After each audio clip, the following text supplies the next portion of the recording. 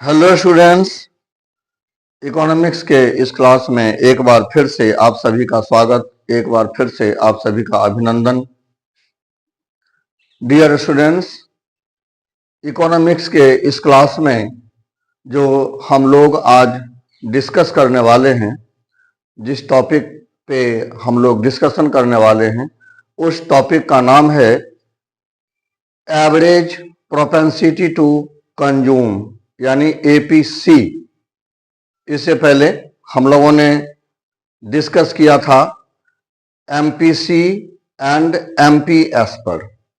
आज हम लोग डिस्कशन करने वाले हैं एपीसी पर, यानी एवरेज प्रोपेंसिटी टू कंज्यूम पर। ठीक, तो आइए सबसे पहले देखते हैं कि यह क्या है, इसको आप कैसे न्यूमेरिकली रिप्रेजेंट करोगे एंड इसको डायग्राम पे आप कैसे रिप्रेजेंट करोगे। तो आइए शुरू कर लेते हैं टॉपिक।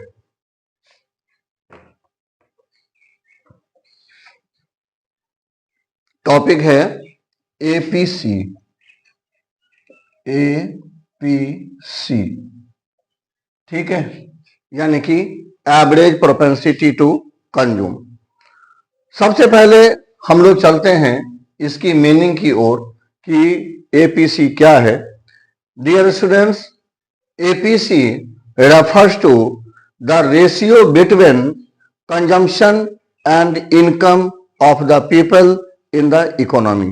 ठीक है, यानी जो एवरेज प्रोपेंसिटी टू कंज्यूम है, तो एवरेज प्रोपेंसिटी टू कंज्यूम का मतलब होता है एक प्रकार का कंजम्पशन एंड इनकम का रेशियो।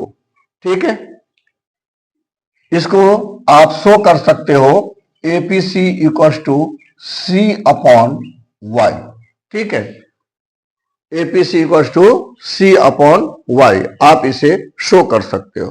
ठीक, अच्छा, तो ये तो हुआ आपका इंट्रोडक्शन। ठीक है, अब इसको आप न्यूमेरिकली कैसे रिप्रेजेंट करोगे, ठीक है, तो वो मैं आपको शेड्यूल बताने जा रहा हूं। ठीक है ना, देखिए इसका शेड्यूल कैसे बनता है, जो मैं आपको बताने जा रहा हूं। ठीक, पहले की तरह ही पहले आप y को फिक्स कर लो, यानी 0, 100, 200, 300, 400 एंड 500। ठीक है, उसके बाद अब आप c को फिक्स कर लो, 50, 100, 150, 200, 250 एंड 300। ये सी हो गया।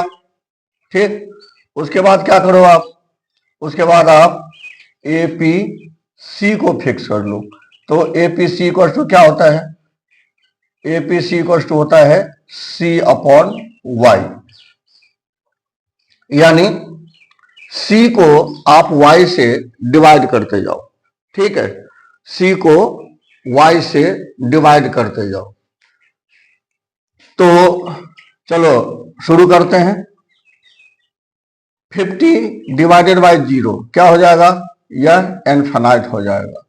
किसी नंबर को अगर आप 0 से डिवाइड करोगे तो उसका जो वैल्यू होगा वह इनफिनाइट होगा। जैसे कि लेट सपोज x है डिवाइडेड बाय 0, इसका मतलब इनफिनाइट, याद रखिएगा। ठीक है, एंड मैथमेटिक्स में यही चीज अगर 0 अपॉन x हो गया तो ये हो जाएगा 0, याद रखिएगा। ठीक है, तो इनफिनाइट हो गया। अब फिर 100 से 100 को डिवाइड करोगे तो कितना होगा, 1 होगा। ठीक है, 1 होगा। उसके बाद 150 को 200 से डिवाइड करोगे, यहां पर फटाफट डिवाइड कर लो, 150 डिवाइडेड बाय 200। ठीक है, 5 4 जा 5 3 जा, कितना आ गया, 3 अपॉन 4, यानी 0.75। कितना हो गया, 0.75 75। ठीक है, इस तरह से डिवाइड करते जाओ फटाफट।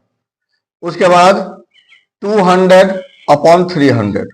ठीक है, 200 अपॉन 300, 0 0 को कैंसिल कर लो, ये हो जाएगा 2 अपॉन 3, यानी कि 0.36 या 18 6 6, यानी कि राउंड फिगर में इसको ले लो 0.67, 0.67, 0.67। ठीक है, उसके बाद फिर अब डिवाइड करो 250 अपॉन 400, 250 अपॉन 400।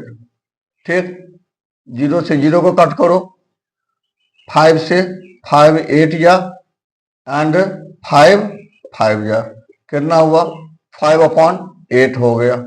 ठीक है, तो 8 से डिवाइड करो 5 को, 0.0 कितना हो जाएगा 8 6 जा 48, उसके बाद 8 2 जा 16, उसके बाद 8 5 जा 40। ठीक है, तो कितना हो गया 0.625, कितना हो गया 0.625, ये हो गया आपका।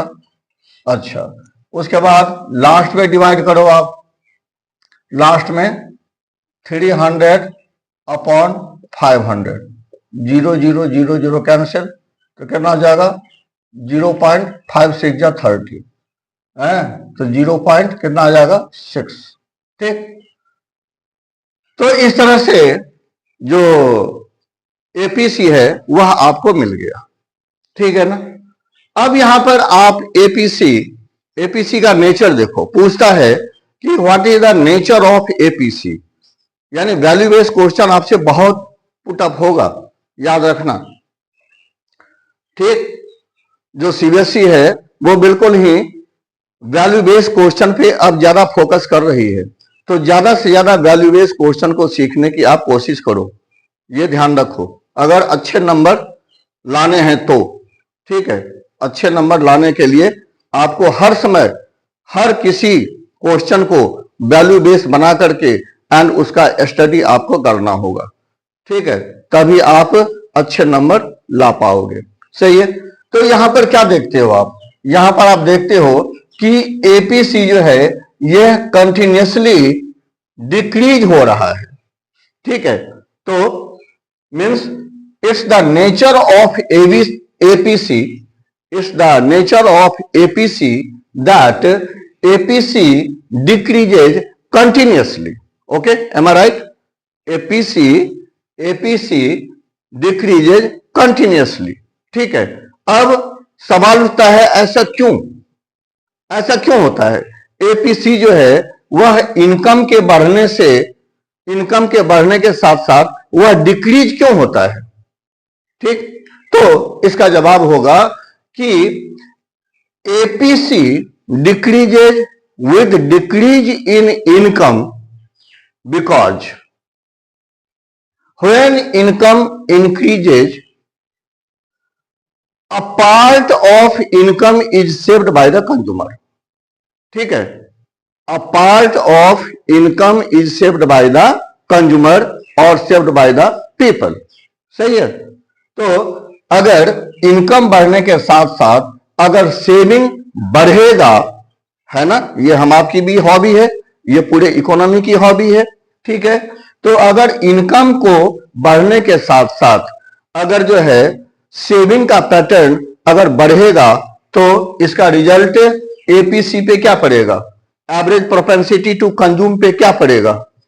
जिस हिसाब से जो सेविंग है वह बढ़ेगा उसी हिसाब से जो एपीसी है वह लगातार डिक्रीज होता जाएगा, लगातार डिक्रीज होता जाएगा। करेक्ट, तो यही वजह है कि अगर इनकम बढ़ने के साथ साथ अगर लोगों के सेविंग बढ़ने की जो रफ्तार है वह अगर बढ़ती है तो इसका रिजल्ट सीधा सीधा कंजम्पशन पैटर्न पे पड़ता है। एंड कंजम्पशन पैटर्न जो है वह क्या होता है, यानी एवरेज प्रोपेंसिटी टू कंज्यूम जो है वह क्या होता है, वह लगातार घटता जाता है।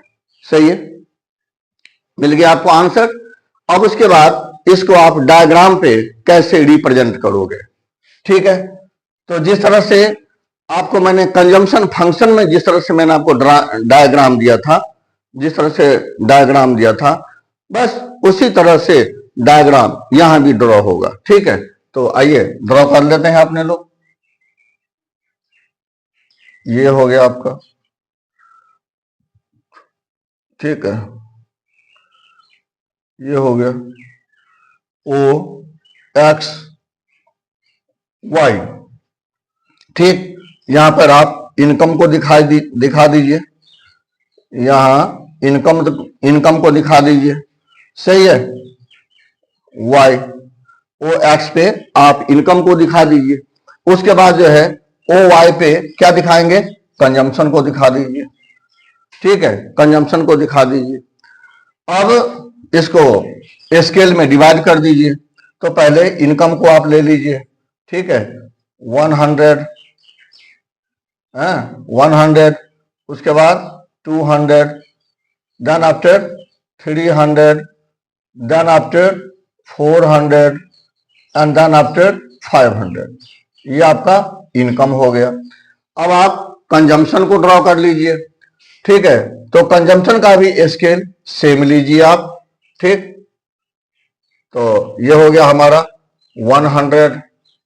ठीक है, ये हो गया हमारा 200, ये हो गया हमारा 300, ये हो गया हमारा 400। कंजम्पशन का जो मैक्सिमम है कितना, 300। तो आप एक स्टेप बढ़ के ले लो।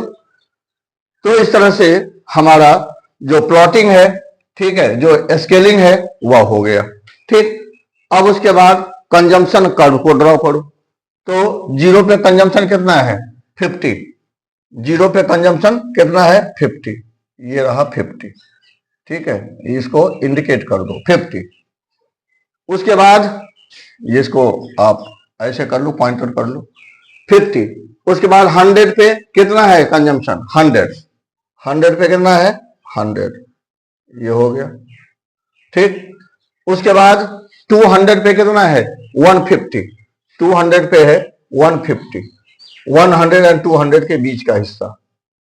ठीक है, 150। ये हो गया। उसके बाद 300 पे कितना है, 300 पे कितना है, 300 पे जो कंजम्पशन है वह है 200। 300 पे जो कंजम्पशन है आपका वह है 200। ठीक, 200। सही है। उसके बाद 400 पे कंजम्पशन कितना है, 250। 400 पे जो कंजम्पशन है वह है 250। 200 एंड 300 के बीच का पार्ट। ठीक है, तो 400 पे कंजम्पशन हो गया आपका 250। ये हो गया। उसके बाद 500 पे कंजम्पशन कितना है, 300। 500 पे कंजम्पशन कितना है, 300। तो ये हो गया। ठीक है बच्चा लोग, ठीक है, समझ में आ रहा है? बच्चा लोग, हमारे यहाँ इसको बच्चा लोग कहते हैं। जैसे आप लोग स्टूडेंट हो ना, तो आप लोग क्या हो, बच्चा लोग। सही है, हाँ बच्चा लोग। तो बच्चा लोग आओ, अब क्या करते हैं, अब कंजम्पशन कर्व को ड्रॉ कर देते हैं। तो स्केल रखना, आपके पास स्केल रहेगा ना, और ध्यान रखना पेपर में बड़ा स्केल ले जाना। ठीक है, छोटा मत ले जाना, बड़ा स्केल ले जाना। सही है, हाँ, क्योंकि छोटे में कभी इधर रखते हो कभी उधर रखते हो। सही, और बड़े में अगर एक बार ही इसको रख दोगे और लाइन ड्रॉ कर दोगे तो आपका हो गया काम। सही है, हाँ, ये सब ट्रिक है, सीखो। ठीक है, जिंदगी में बहुत सारे मोड़ आएंगे सीखने के, अभी से सिखा रहा हूं, सीखते चलो। ठीक, तो ये सारे के सारे पॉइंटर हमारे हो गए। अब आप इसको बच्चा लोग, अब आप इसको क्या करो, इसको मिला दो। सही है, इसको मिला दो। ठीक, इसको मिला दो।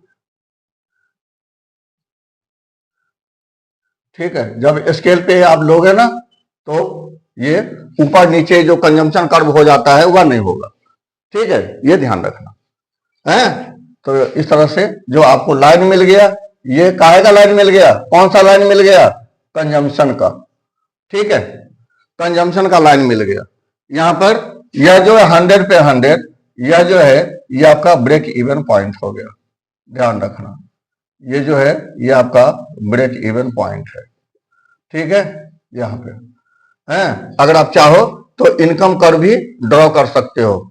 ठीक है, इनकम कर्व ये 0 से 100 को मिलाते हुए आगे बढ़ा दो, स्केल रख के। ठीक है, यहां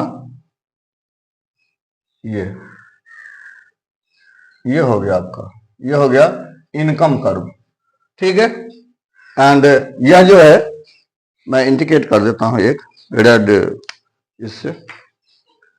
यह जो है, ये जो आप देख रहे हो पॉइंट ई, ये है आपका break even point, break even point.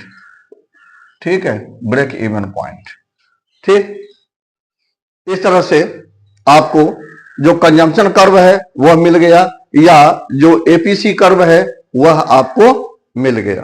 ठीक है ना, यानी इसके जितने भी पॉइंट आप देख रहे हो, ठीक, तो सभी पॉइंट पे जो एपीसी है वह जो कैलकुलेट किया गया है, बस यही जो है जब आप कैलकुलेट करोगे तो यही आपको मिलेगा। सही है, क्लियर। तो उम्मीद है कि आपको ये समझ में आया होगा, बहुत बढ़िया से समझ में आया होगा। ठीक है, अगर कहीं आपको दिक्कत हुई हो तो हमें आप कमेंट बॉक्स में भैया जरूर तुम लोग कमेंट किया करो, मेरे बच्चा लोग। ठीक है, आप लोग कमेंट ही नहीं करते हो, ऐसा लगता है जैसे भैया सब कुछ पहले से ही सीख के आए हो। ठीक है, तो कमेंट जरूर किया करो, तभी तो बच्चा लोग कहलाओगे, नहीं तो टीचर नहीं बन जाओगे आप। और हम तो दुआ करते हैं कि जिस तरह से मैं हूं, आप मुझसे भी बहुत बड़ा टीचर बनो, हमारी ये शुभकामनाएं हैं। ठीक है, आप सभी के साथ। ठीक, और पेपर में बहुत अच्छे नंबर लाओ। सही है, हाँ, जिससे कि हम जो ये YouTube क्लास जो हमने शुरू किया है तो इसका बेनिफिट हमें मिले। अगर आप लोग अच्छे नंबर से पास होगे ना, तो that will be just a precious gift for me, वही मेरे लिए बहुत बहुत बहुत कीमती गिफ्ट होगा। ठीक है, तो चलिए इसी शुभकामना के साथ इस क्लास को मैं फिनिश करता हूं। फिर हम लोग मिलते हैं दूसरे टॉपिक के साथ दूसरे क्लास में। तब तक के लिए जय हिंद, वंदे मातरम।